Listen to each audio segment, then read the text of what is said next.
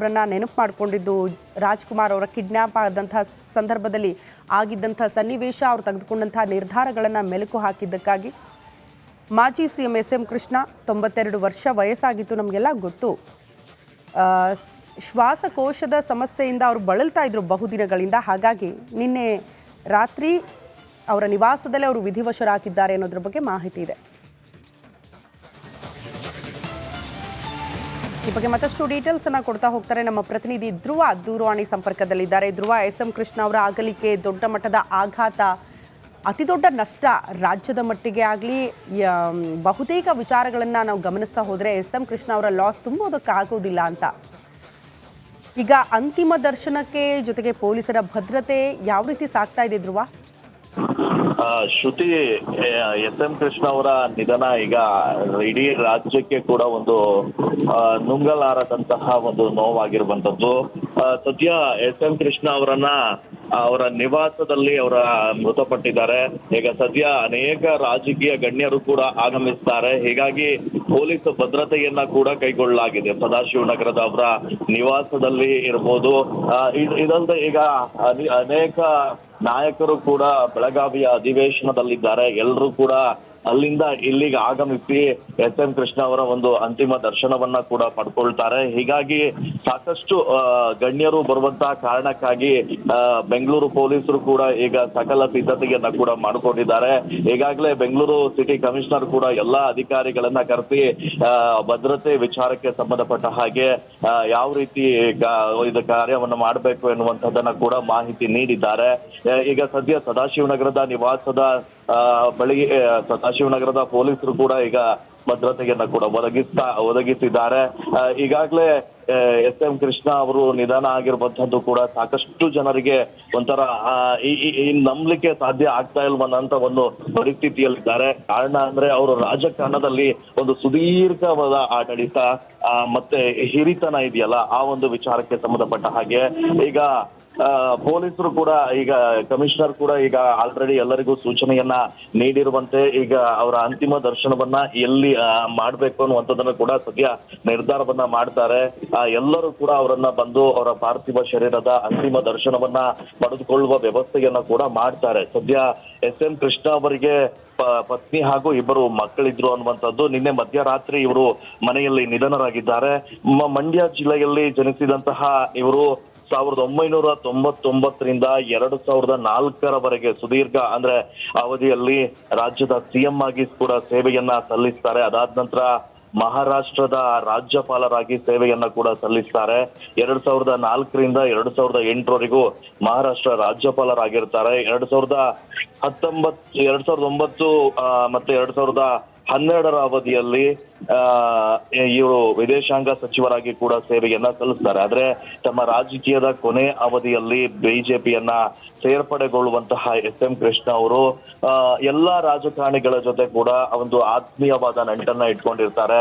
ಇವರನ್ನ ಅಜಾತ ಶತ್ರು ಅಂತ ಕೂಡ ಕರಿಬಹುದು. ಯಾಕಂದ್ರೆ ಕಾಂಗ್ರೆಸ್ ನಾಯಕರು ಕೂಡ ಅತ್ಯಂತ ಆತ್ಮೀಯವಾಗಿ ಇವರನ್ನ ಕೊಂಡಾಡ್ತಾ ಇರ್ತಾರೆ. ಡಿ.ಕೆ. ಶಿವಕುಮಾರ್ ಅವರ ಜೊತೆ ಕೂಡ ಸಾಕಷ್ಟು ಬಾಂಧವ್ಯವನ್ನ ಹೊಂದಿದ್ರು. ಸದ್ಯ ಈಗ ಅವರನ್ನ ಕಳ್ಕೊಂಡಂತಹ ಎಲ್ಲಾ ನಾಯಕರು ಕೂಡ ಈಗ ಸದ್ಯ ಅವರ ಆತ್ಮಕ್ಕೆ ಶಾಂತಿಯನ್ನ ಸಿಗ್ಲಿ ಅನ್ನುವಂತ ಕಾರಣಕ್ಕೆ ಶ್ರದ್ಧಾಂಜಲಿಯನ್ನ ಕೂಡ ಸಲ್ಲಿಕೆ ಮಾಡ್ತಾರೆ. ಅಲ್ಲದೆ ಇವತ್ತು ಎಸ್.ಎಂ. ಕೃಷ್ಣ ಅವರ ಅಂತಿಮ ದರ್ಶನಕ್ಕೆ ಸಿಎಂ ಸಿದ್ದರಾಮಯ್ಯ ಇರ್ಬೋದು, ಡಿ.ಕೆ. ಶಿವಕುಮಾರ್ ಇರ್ಬೋದು, ಅನೇಕ ಗಣ್ಯರು, ರಾಜಕಾರಣಿಗಳು ಹಾಗೆ ಹಿರಿಯ ಅಧಿಕಾರಿಗಳಿಂದ ಹಿಡಿದು ಎಲ್ಲರೂ ಕೂಡ ಸದಾಶಿವನಗರದ ನಿವಾಸಕ್ಕೆ ಕೂಡ ಆಗಮಿಸ್ತಾರೆ. ಸದ್ಯ ಈಗ ಸದಾಶಿವನಗರದ ನಿವಾಸದಲ್ಲಿ ಒಂಥರ ನೀರವ ಮೌನ ಕೂಡ ಆವರಿಸಿರುವಂತಹ ದೃಶ್ಯಗಳು ಕೂಡ ನಮಗಿಲ್ಲಿ ಕಾಣಿಸ್ತಾ ಇದ್ದಾವೆ. ಶ್ರುತಿ, ಓಕೆ ಧ್ರುವ, ಹಾಗೆ ಸಂಪರ್ಕದಲ್ಲಿ ವಾಪಸ್ ಬರ್ತೀವಿ. ಮತ್ತೊಂದು ಅಪ್ಡೇಟ್ ಲಭ್ಯವಾಗ್ತಾ ಇದೆ.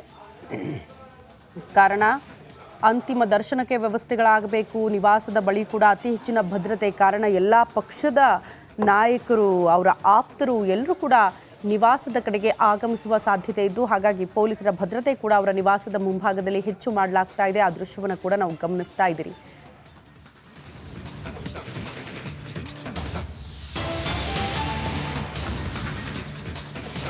ನಾಳೆ ಎಸ್.ಎಂ. ಕೃಷ್ಣ ಅವರ ಅಂತ್ಯಕ್ರಿಯೆ ನೆರವೇರಿಸಲಾಗುತ್ತೆ. ಸೋಮನಹಳ್ಳಿ ಅಥವಾ ಬೆಂಗಳೂರಿನಲ್ಲಿ ಅಂತ್ಯಕ್ರಿಯೆ, ಅದನ್ನು ಅವರು ಕುಟುಂಬಸ್ಥರು ಅವ್ರು ನಿರ್ಧಾರ ಮಾಡ್ತಾರೆ. ಎಲ್ಲಿ ಅಂತ್ಯಕ್ರಿಯೆ ಅಂತ ಅವರ ಕುಟುಂಬಸ್ಥರೇ ಅದನ್ನ ನಿರ್ಧಾರ ಮಾಡ್ತಾರೆ. ಸರ್ಕಾರದ ಜೊತೆ ಮಾತನಾಡಿ ಅಂತಿಮ ತೀರ್ಮಾನ ಕೈಗೊಳ್ಳಲಾಗುತ್ತೆ. ಸೋಮನಹಳ್ಳಿಯಲ್ಲಿ ಇರುವ SMK ತಂದೆ ತಾಯಿಯವರ ಸಮಾಧಿ, ಸೊ ಅಲ್ಲೇ ಅವರ ಅಂತ್ಯಕ್ರಿಯೆ ನೆರವೇರಿಸಬೇಕಾ ಅಥವಾ ಬೆಂಗಳೂರ, ಇದನ್ನ ಪಕ್ಷದ ಜೊತೆಗೆ ನಾಯಕರ ಜೊತೆಗೆ ಚರ್ಚೆ ಮಾಡಿ, ಅಂದರೆ ಸರ್ಕಾರದ ಜೊತೆಗೆ ಚರ್ಚೆ ಮಾಡಿ ಕುಟುಂಬಸ್ಥರು ನಿರ್ಧಾರ ಮಾಡ್ತಾರೆ ಅನ್ನೋದ್ರ ಡೀಟೇಲ್ ಸಿಗ್ತಾ ಇದೆ. ಆದರೆ ನಾಳೆ SM ಕೃಷ್ಣ ಅವರ ಅಂತ್ಯಕ್ರಿಯೆ ನೆರವೇರಿಸಲಾಗುತ್ತೆ. ನಾನು ಆರಂಭದಲ್ಲೇ ಹೇಳ್ತಾ ಇದ್ದೆ, ರಾಜ್ಯ ಕಂಡ ಧೀಮಂತ ನಾಯಕ, ಅದ್ಭುತ ಮುಖ್ಯಮಂತ್ರಿ ಆಗಿದ್ದವರು. ಹಾಗಾಗಿ ಅಪಾರ ಸಂಖ್ಯೆಯಲ್ಲಿ ಅವರಿಗೆ ಅಭಿಮಾನಿಗಳು, ಬೆಂಬಲಿಗರು, ಆಪ್ತರು, ಈ ಪಕ್ಷಾತೀತವಾಗಿ ಬಹುತೇಕ ನಾಯಕರು ಅವರಿಗೆ ಆಪ್ತರಿದ್ದಾರೆ. ಸೊ ಎಲ್ಲರೂ ಕೂಡ ಬಂದು ಅವರ ಅಂತಿಮ ದರ್ಶನ ಪಡೆದುಕೊಳ್ಬೇಕು, ಅದಕ್ಕೆಲ್ಲ ರೀತಿಯ ವ್ಯವಸ್ಥೆ ಆಗಬೇಕು. ಹಾಗಾಗಿ ನಾಳೆ ಅವರ ಅಂತ್ಯಕ್ರಿಯೆ ನೆರವೇರಿಸೋದಕ್ಕೆ ಕುಟುಂಬಸ್ಥರು ನಿರ್ಧಾರ ಮಾಡಿದ್ದಾರೆ. ಹಾಗಾಗಿ ಸರ್ಕಾರದ ಜೊತೆ ಚರ್ಚೆ ಆದ ಬಳಿಕವೇ ಇದು ಸ್ಪಷ್ಟವಾಗುತ್ತೆ, ಬೆಂಗಳೂರ ಅಥವಾ ಅವರ ಹುಟ್ಟೂರು ಸೋಮನಹಳ್ಳಿನ ಅಂತ. ಕಾರಣ ಅವರ ತಂದೆ ತಾಯಿ ಸಮಾಧಿ ಕೂಡ ಅಲ್ಲೇ ಇರೋದ್ರಿಂದ ಅಲ್ಲೇ ಅಂತ್ಯಕ್ರಿಯೆ ನೆರವೇರಿಸಬೇಕಾ ಅನ್ನೋದು ಅವರ ಕುಟುಂಬಸ್ಥರ ನಿರ್ಧಾರ ಆಗಿರುತ್ತೆ. ನಮಗೆಲ್ಲ ಗೊತ್ತು, 1932 ಮೇ 1ಕ್ಕೆ ಮಂಡ್ಯ ಜಿಲ್ಲೆಯ ಸೋಮನಹಳ್ಳಿಯಲ್ಲಿ ಅವರ ಜನನ ಆಗುತ್ತೆ. ಸೋಮನಹಳ್ಳಿ ಅವರ ಹುಟ್ಟೂರು, ಅದಕ್ಕೆ ಹೇಳ್ತಾ ಇರೋದು. 1999ರಿಂದ 2004 ತನಕ ಕೂಡ ಕರ್ನಾಟಕ ರಾಜ್ಯದ CM ಆಗಿ ಕೂಡ ಅವರು ಸೇವೆ ಸಲ್ಲಿಸಿದ್ದಾರೆ. ಮಹಾರಾಷ್ಟ್ರದ 18ನೇ ರಾಜ್ಯಪಾಲರಾಗಿಯೂ ಕೂಡ SM ಕೃಷ್ಣ ಅವರು ಸೇವೆ ಸಲ್ಲಿಸಿದ್ದಾರೆ. 2004ರಿಂದ 2008 ತನಕ ಕೂಡ ಮಹಾರಾಷ್ಟ್ರ ರಾಜ್ಯಪಾಲರಾಗಿ ಸೇವೆ ಸಲ್ಲಿಸಿದ್ದಾರೆ. 2009 ಮೇ 23ರಿಂದ 2012 ಅಕ್ಟೋಬರ್ 28 ತನಕ ಕೂಡ ಅವರು ವಿದೇಶಾಂಗ ಸಚಿವರಾಗಿ ಸೇವೆ ಸಲ್ಲಿಸಿರುವಂಥ ಹಿರಿಮೆ ಕೂಡ ಅವರಿಗೆ ಸಲ್ಲುತ್ತೆ. 2017ರಲ್ಲಿ ಭಾರತೀಯ ಜನತಾ ಪಾರ್ಟಿಗೆ SM ಕೃಷ್ಣ ಅವರು ಸೇರ್ಪಡೆಯಾಗಿದ್ದರು. ಮೈಸೂರು ಮಹಾರಾಜ ಕಾಲೇಜಿನಲ್ಲಿ SM ಕೃಷ್ಣ ಅವರ ಪದವಿಯಾಗಿದೆ. ಬೆಂಗಳೂರಿನ ಸರ್ಕಾರಿ ಕಾನೂನು ಕಾಲೇಜಲ್ಲೂ ಕೂಡ ಅವರು ವ್ಯಾಸಂಗ ಮಾಡಿದ್ದಾರೆ. ಅಮೆರಿಕಾದ ಟೆಕ್ಸಸ್ ರಾಜ್ಯದಲ್ಲಿ SMK ಅವರು ವ್ಯಾಸಂಗ ಮಾಡಿದ್ದಾರೆ. ಸದರ್ನ್ ಮೆಥಡಿಸ್ಟ್ ವಿವಿಯಲ್ಲಿ SM ಕೃಷ್ಣ ಅವರ ವಿದ್ಯಾಭ್ಯಾಸ ಆಗಿದೆ. ಬಳಿಕ ಬೆಂಗಳೂರಿನ ಕಾಲೇಜಿನಲ್ಲಿ ಅವರು ಉಪನ್ಯಾಸಕರಾಗಿ ಸೇವೆ ಸಲ್ಲಿಸಿದರು. ರೇಣುಕಾಚಾರ್ಯ ಕಾಲೇಜಿನಲ್ಲಿ ಉಪನ್ಯಾಸಕರಾಗಿ ಸೇವೆ ಸಲ್ಲಿಸಿದ್ದಾರೆ. ಆ ನಂತರದಲ್ಲಿ ಅವರು ರಾಜಕೀಯಕ್ಕೆ ಎಂಟ್ರಿ ಕೊಟ್ಟಿರುವಂತಹ ಅದು ಕೂಡ ಮೊಟ್ಟ ಮೊದಲು ಅವರು 1962ರಲ್ಲೇ ವಿಧಾನಸಭೆಗೆ ಆಯ್ಕೆ ಆಗಿದ್ದು, ಅಲ್ಲಿಂದ ಅವರ ರಾಜಕೀಯ ಜೀವನ ಆರಂಭ ಆಗಿದ್ದು. ಆ ನಂತರದಲ್ಲಿ ಅವರು ಮುಖ್ಯಮಂತ್ರಿಯಾಗಿ ಸೇವೆ ಸಲ್ಲಿಸಿದಾಗ ಆಗಿದ್ದಂತಹ ಸ್ಟ್ರಗಲ್ಸ್ ಈಗ ಕೊನೆಯ ಹಂತದಲ್ಲಿ, ಅಂದರೆ ಕೊನೆಯ ಕ್ಷಣಗಳನ್ನು ಆರಾಮಾಗಿ ಕಳಿಬೇಕಾದಂಥ SM ಕೃಷ್ಣ ಅವರು ಒಂದಷ್ಟು ರಾಜಕೀಯ ವೈಪರೀತ್ಯದಲ್ಲಿ ಸಿಲುಕಾಕಿಕೊಂಡು ನಲಗೋ ಪರಿಸ್ಥಿತಿ ಬಂದ್ಬಿಡ್ತು. ಯಾವುದು ಬೇಡ, ರಾಜಕೀಯದಿಂದ ದೂರ ಸರಿಯುವಂಥ ನಿರ್ಧಾರಕ್ಕೆ ಬಂದ್ಬಿಟ್ಟಿದ್ರು ಅವರು. ಆಲ್ರೆಡಿ ಎಲ್ಲೂ ಕೂಡ ಅವರು ಕಾಣಿಸ್ಕೊಳ್ತಾ ಇರಲಿಲ್ಲ. ನಿಮಗೆಲ್ಲ ಗೊತ್ತಿರುವಂತಹ ವಿಚಾರ. ಅವ್ರನ್ನ ನೋಡಿದ್ ನಾವು, ನಿಮಗೆಲ್ಲ ನೆನಪಿರಬಹುದು, ಅವರ ಅಳಿಯ, ಅದು ಕೂಡ ಕಾಫಿ ಡೇ ಓನರ್ ಸಿದ್ಧಾರ್ಥ್ ಅವರ ಆತ್ಮಹತ್ಯೆ ಆದಾಗ SM ಕೃಷ್ಣ ಅವರು ಆರಾಮಾಗಿರ್ಬೇಕಾದಂಥ ವಯಸ್ಸಲ್ಲಿ ಇಂಥ ನೋವುಗಳನ್ನು ಅನುಭವಿಸ್ಬೇಕಾಗಿ ಬಂತಲ್ಲ ಅಂತದ್ದು ಎಷ್ಟು ಜನ ದುಃಖ ವ್ಯಕ್ತಪಡಿಸಿದ್ರು, ಕಣ್ಣೀರು ಹಾಕಿದ್ರು ಗೊತ್ತಿಲ್ಲ. ಬಟ್ನಲ್ಲಿ ಮನದಾಳದ ಮಾತುಗಳನ್ನು ಕೇಳಬೇಕು. ಅವರು ಅಳಿಯ ಸಿದ್ಧಾರ್ಥ್ ಬಗ್ಗೆ ಕೂಡ ಅವರು ಮನಬಿಚ್ಚಿ ಮಾತನಾಡಿದ್ದಾರೆ. ಸಿದ್ಧಾರ್ಥ್ ಅವರು ಹೇಳಿರೋದು, ನನ್ನ ಸಾವಿಗೆ ನಾನೇ ಕಾರಣ ಅಂತ ಆದರೂ ಕೂಡ ಅತ್ಯಂತ ದೊಡ್ಡ ಸಂಸ್ಥೆ ಕಟ್ಟಿದ್ದು ಕಾಫಿ ಡೇ. ಪ್ರತಿಯೊಬ್ಬರಿಗೂ ಕೂಡ ಗೊತ್ತು ಕಾಫಿ ಡೇ. ಎಲ್ಲರೂ ಹೇಗೆ ಮಾತಾಡೋಕ್ಕೆ ಶುರು ಮಾಡಿಬಿಟ್ಟಿದ್ರು ಅಂದರೆ SM ಕೃಷ್ಣ ಅವರ ಅಳಿಯ ಯಾಕಿಂತ ನಿರ್ಧಾರಕ್ಕೆ ಬಂದರು ಅಂತ. ಆ ಸಮಯದಲ್ಲೂ ಕೂಡ ಅಂಥ ನೋವನ್ನು ಸಹಿಸಿಕೊಂಡು SM ಕೃಷ್ಣ ಅವರು ಜೀವನ ದೂಡಬೇಕಾದಂಥ ಅನಿವಾರ್ಯತೆ ಬಂದ್ಬಿಟ್ಟಿತ್ತು.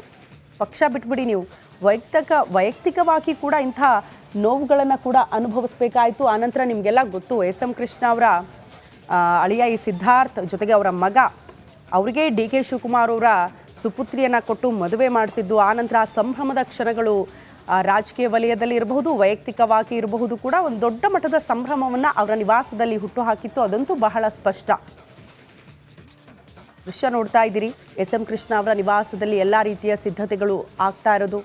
ಅನೇಕ ಗಣ್ಯರು ಆಗಮಿಸುವ ಹೊತ್ತಿನಲ್ಲಿ ಎಲ್ಲ ರೀತಿಯ ಸಿದ್ಧತೆಗಳನ್ನು ಮಾಡ್ಕೊಳ್ತಿದ್ದಾರೆ. ಕೆಲ ಹೊತ್ತು ಅವರ ನಿವಾಸದಲ್ಲೇ ಅಂತಿಮ ದರ್ಶನಕ್ಕೆ ವ್ಯವಸ್ಥೆ ಇರುತ್ತೆ. ಕಾರಣ ಗಣ್ಯರ ಆಗಮನ ಆಗುತ್ತೆ. ನಾನು ಆಗಲೇ ಹೇಳ್ತಾ ಇದ್ದೆ, ಪಕ್ಷಾತೀತವಾಗಿ ಗಣ್ಯರ ಆಗಮನ ಆಗೋದ್ರಿಂದ ಅವರ ನಿವಾಸದಲ್ಲೇ ಕೆಲ ಹೊತ್ತು ಅಂತಿಮ ದರ್ಶನಕ್ಕೂ ಕೂಡ ವ್ಯವಸ್ಥೆ ಮಾಡಲಾಗುತ್ತೆ. ಆ ನಂತರದಲ್ಲಿ ಸಾರ್ವಜನಿಕ ದರ್ಶನಕ್ಕೆ ವ್ಯವಸ್ಥೆ ಇರುತ್ತೆ. ನಾಳೆ ಅವರ ಅಂತ್ಯಕ್ರಿಯೆ ನೆರವೇರಿಸೋದಕ್ಕೆ ಕುಟುಂಬಸ್ಥರು ನಿರ್ಧಾರ ಮಾಡಿದ್ದಾರೆ. ಈಗ ತಾನೇ ಸಂಗ್ರಾಮ್ ಸಿಂಗ್ ಅವರು ಮಾತಾಡ್ತಾ ಇದ್ರು, ನಿವೃತ್ತ ಪೊಲೀಸ್ ಅಧಿಕಾರಿಯವರು. ಅಂದರೆ ಎಸ್ ಎಂ ಕೃಷ್ಣ ಅವರು ಮುಖ್ಯಮಂತ್ರಿ ಆದಾಗ ರಾಜ್ಕುಮಾರ್ ಅವರ ಕಿಡ್ನ್ಯಾಪ್ ಆದಾಗ ಯಾವ ರೀತಿ ಸನ್ನಿವೇಶ ಇತ್ತು ಅದನ್ನು ಹ್ಯಾಂಡಲ್ ಮಾಡಿರುವಂತಹ ಪರಿ ಫ್ರೀ ಹ್ಯಾಂಡ್ ಕೊಟ್ಬಿಟ್ಟಿದ್ರು ಪೊಲೀಸರಿಗೆ. ಏನು ಮಾಡ್ತಿರೋ ಗೊತ್ತಿಲ್ಲ, ಒಟ್ಟಿನಲ್ಲಿ ಅಣ್ಣ ಅವರನ್ನು ಸೇಫ್ ಆಗಿ ಕರ್ಕೊಂಡು ಬರಬೇಕು ಅಂತ. ಸೊ ಆ ದಿನದ ಕಾರ್ಯಾಚರಣೆ ಇರಬಹುದು, ಎಸ್ ಎಂ ಕೃಷ್ಣ ಅವರು ತೆಗೆದುಕೊಂಡಂಥ ನಿರ್ಧಾರ ಇರಬಹುದು, ಪೊಲೀಸ್ ಇಲಾಖೆಗೆ ಕೊಟ್ಟಿರುವಂಥ ಸಂದೇಶ ಇರಬಹುದು, ಇದೆಲ್ಲವೂ ಕೂಡ ಮೋಸ್ಟ್ಲಿ ಮಾದರಿ ಅಂತ ಅನಿಸುತ್ತೆ. ಆ ಹ್ಯಾಂಡಲ್ ಮಾಡಿರುವಂಥ ಪರಿ ಇದೆಯಲ್ಲ, ಅದು ಎಲ್ಲವೂ ಕೂಡ ಮಾದರಿ. ಈ ಬಗ್ಗೆ ಮಾತನಾಡೋದಕ್ಕೆ